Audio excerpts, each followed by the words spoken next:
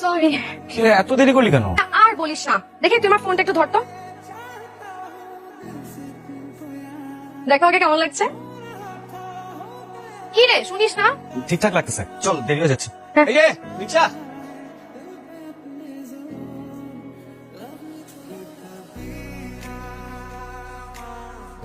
কি রে মাহিম, তুই এইখানে? তুই তোকে লাইব্রেরিতেও খুঁজে আসলাম। সেন্থি, তোর সাথে আমার একটা কথা ছিল। কি কথা বল। কথাটা হচ্ছে, কি?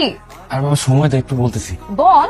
আচ্ছা মাহিম, তোর কি কথাটা বলা বেশি জরুরি? মানে এখনই বলতে হবে? মানে জরুরি না, মানে জরুরি, কিন্তু পরে বলেও চল। আচ্ছা, যদি পরে বললে চলে, তাহলে আমি একটু তামান্নার সাথে কালকের অ্যাসাইনমেন্টে আলাপ করে আসি। হ্যাঁ। ও, এই বইগুলো এখানে আমি রেখে গেলাম, সাবধানে রাখবি, আমি কিন্তু চেক করবো।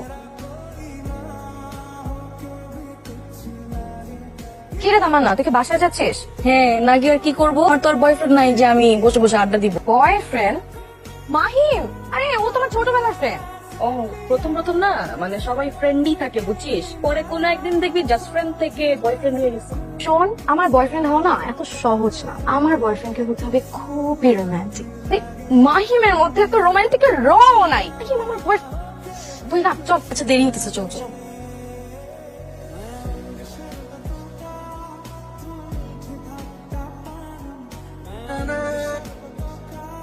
তুমি কি আমার আকাশ হবে, মেঘ হয়ে যাকে সাজাবো আমার মনের মতো করে? তুমি কি আমার নদী হবে, যার নিবিড় আলিঙ্গনে ধন্য হয়ে পরিবেশে ভেসে যাব কোনো অজানা গন্তব্যের পথে? হ্যালো। কি রে, তোকে আজকে এত খুশি মনে হচ্ছে? কারণ কি?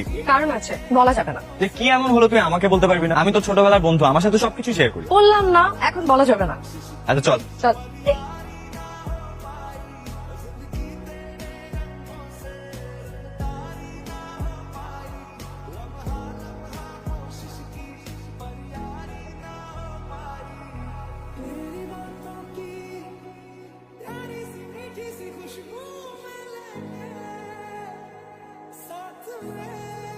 সেন্থি, আমি জানি এটা তুই। কি করে বুঝলি? তোর পারফিউম, তুই আসার আগে তোর পারফিউমের গন্ধ আমার নাকে আসে। বুঝছি। আচ্ছা মাহিম, সেদিন তুই আমাকে কি সঙ্গে বলবি করে তো বলবি না, আজকে বল। আজকে বলবো না দোস্ত, বাদ দে। কি এমন কথা যে দিনক্ষণ দেখে বলতে হবে? দেখ, সব কথা সবসময় বলা যায় না। আমি যেটা বলতে চাই সেটা বলতে বেশ একটা পরিবেশ লাগবে। কেমন পরিবেশ? এই ধর, বসন্তের হাওয়া লাগবে, কাছে কাছে ফুল ফুটতে হবে, কোকিলা ডাকতে হবে, আর তুই একটা বসন্তী শাড়ি পরবি। আর তোর যে সিক্রেটটা আমাকে বলি বলি করেও বলা হয়নি সেটা বলবি, তারপর আমি আমার কথা তোকে বলবো, বুঝছিস? শয়তান, তোর সাথে ফাইজলামি করতেছিস।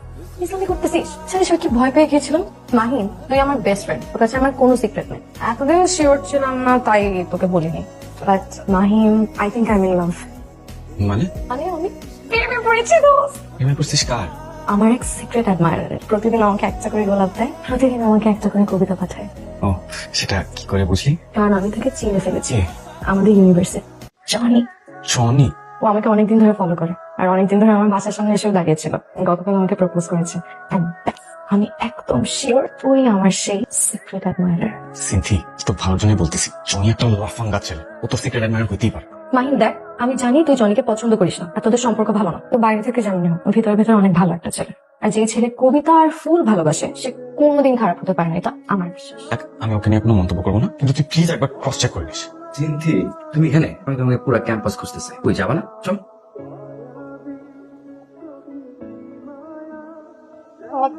সুন্দর জায়গা। শোনো, এর চাইতে অনেক সুন্দর সুন্দর জায়গা আছে। সত্যি নিয়ে যাবে? করার মজাই তো এটা। আমরা দুজন একসাথে হ্যাং আউট করবো, তারপর হচ্ছে কি তোমার আমরা দুজন লং ড্রাইভে যাবো, একটু গেট টুগেদার করবো, এটাই তো মজা। এইসব করা যাবে না, তার চেয়ে বরং তুমি আমাকে আশেপাশে কোথাও ঘুরতে নিয়ে যাবে, মাঝে মাঝে আমাকে কবিতা শোনাবে। ব্যাস। কবিতা?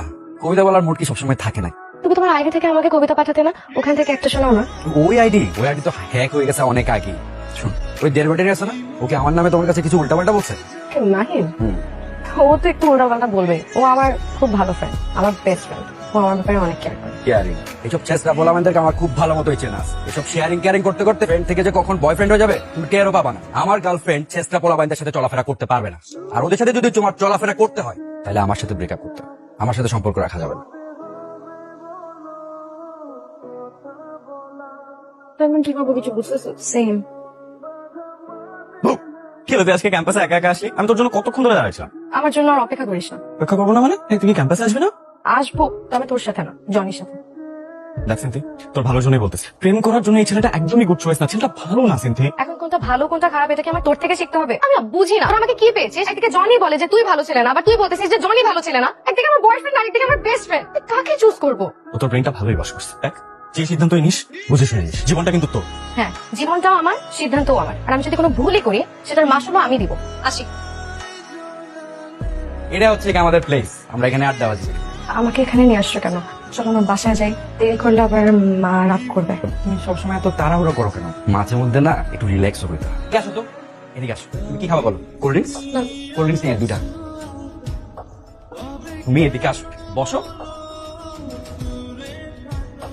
যে গার্লফ্রেন্ড বয়ফ্রেন্ডরা যে কত কিছু করে, আমরা তো বোরিং কেন? তুমি একটা রিকোয়েস্ট করি, আমার ফোনে না তোমার একটা পিক তুলে দিবা। তোমার কত ছবি আছে, আবার কিসের ছবি?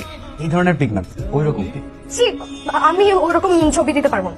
লজ্জা হচ্ছে কেন? আই প্রমিস, আমি একবার দেখে ডিলিট করে দেবো। আমি বললাম না আমি ওরকম ছবি দিতে পারবো না। এই পাগল, তুমি বসো না প্লিজ, আমি বসো। বসবো না, এই সব- অনেক করে তুমি এরকম কেন করতেছো? আমি ওই পোলা না, ওই ভালো পোলা না, আমি অন্য জিনিস।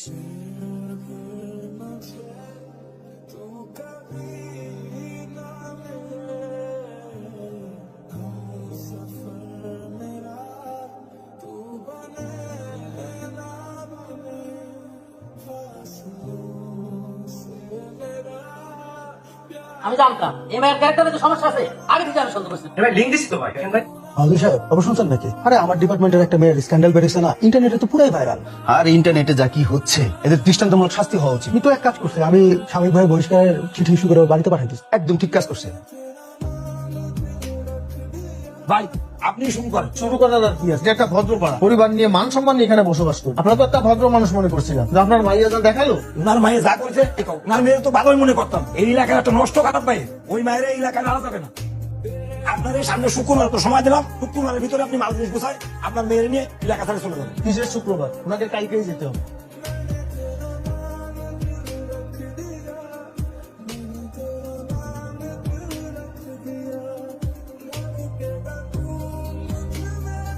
সত্য একদিন প্রকাশিত হবে, প্রকৃত অপরাধীরা সাজা পাবি, তোমাকে শক্ত হতে হবে। হাল ছেড়ে দিলে সবাই তোমাকে ভুল ভেবে নেবে। ব্যর্থ হওয়া মানে হেরে যাওয়া নয়, ব্যর্থতা নতুন করে শুরু করার প্রেরণা।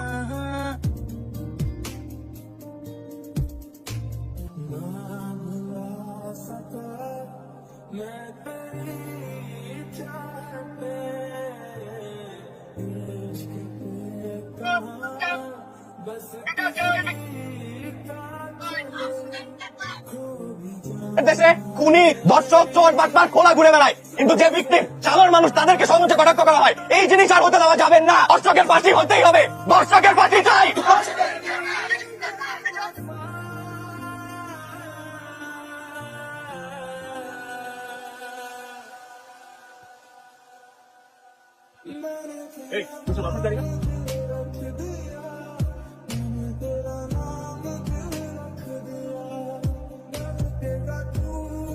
কাকা খবর শুনছেন? জনি ভাই তো অ্যারেস্ট হয়ে গেছে। ভালো হয়েছে, এলাকা শান্তিতে থাকবে।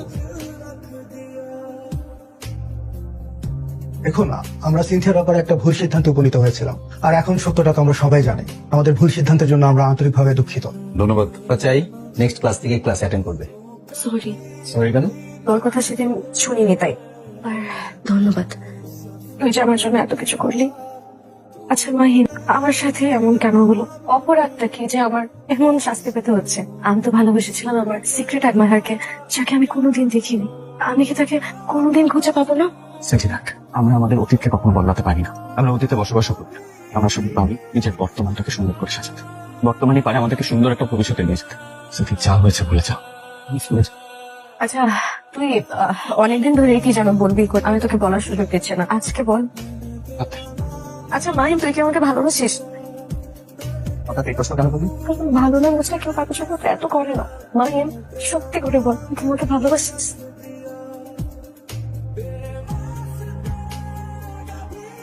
কতখানি ভালোবাসি প্রশ্ন করেছি, সন্দিহান চোখ দুটি দ্বিধাহীন মেল। ভালোবেসে যদি হয় মৃত্যু পরিণাম, জেনে রেখো তবু আমি ভালোবেসেছি।